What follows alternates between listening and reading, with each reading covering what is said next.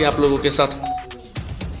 समस्या ये है कि हम लोग कोचिंग छोड़ के आते हैं, लेकिन यहाँ +2 के टीचर उपस्थिति नहीं है।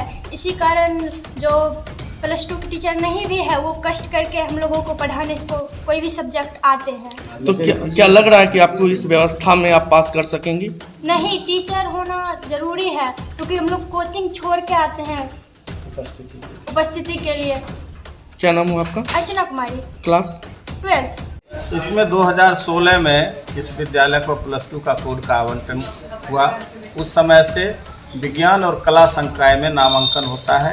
विज्ञान में 4 सेक्शन का नामांकन होता है, 145 बच्चों का, और कला में 120 बच्चों का नामांकन होता है। बार बार हमारे द्वारा लिख करके भी दिया गया, प्रबंध समिति की ओर से भी लिख के दिया गया कि विद्यालय में जब +2 की पढ़ाई आरंभ की गई है तो यहाँ पर शिक्षकों का पदस्थापन किया गया। इसके बावजूद इतने कई प्रयास के बावजूद भी अभी तक यहाँ पर एक भी विषय के कोई शिक्षक का ना तो पदस्थापन हुआ, ना कोई अतिथि शिक्षक का यहाँ पर जो है सो योगदान कराया गया।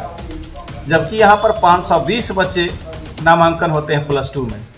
पूर्व से ही यहाँ माध्यमिक स्तर में भी काफ़ी अच्छी खासी संख्या रहती है छात्रों की, छात्राओं की। लगभग अभी भी 764 बच्चे यहाँ नामांकित हैं। उनके लिए भी विषयवार शिक्षकों की नियुक्ति नहीं हो पाई है, जिसके कारण कठिनाई है। और बच्चे चूँकि माध्यमिक में तो हम एक कक्षा में बैठा के उनका क्लास ले लेते हैं एक साथ सभी लोगों का, लेकिन उस +2 में चूँकि सबकी अलग अलग संकाय हैं, कला संकाय के लिए अलग अलग छात्रों को बैठाना पड़ता है, उनके लिए अलग कक्षाएं अलग अलग विषय की होती है, लेकिन कमरे का अभाव है, शिक्षक कोई नहीं है। माध्यमिक के शिक्षक को भेजते हैं तो उससे बच्चे संतुष्ट नहीं होते हैं। वो कहते नहीं हमको क्लास या तो हमारा जो है शिक्षक की व्यवस्था कीजिए, नहीं तो हम लोग आंदोलन करेंगे। ये स्थिति है।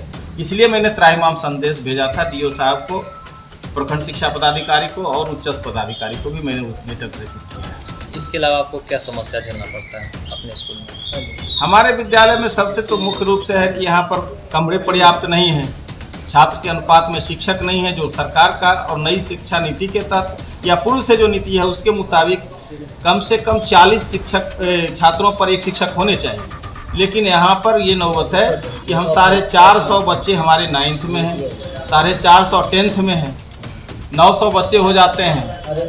उसके बावजूद यहाँ पर 9 शिक्षक हैं, प्रत्येक विषय के शिक्षक नहीं हैं।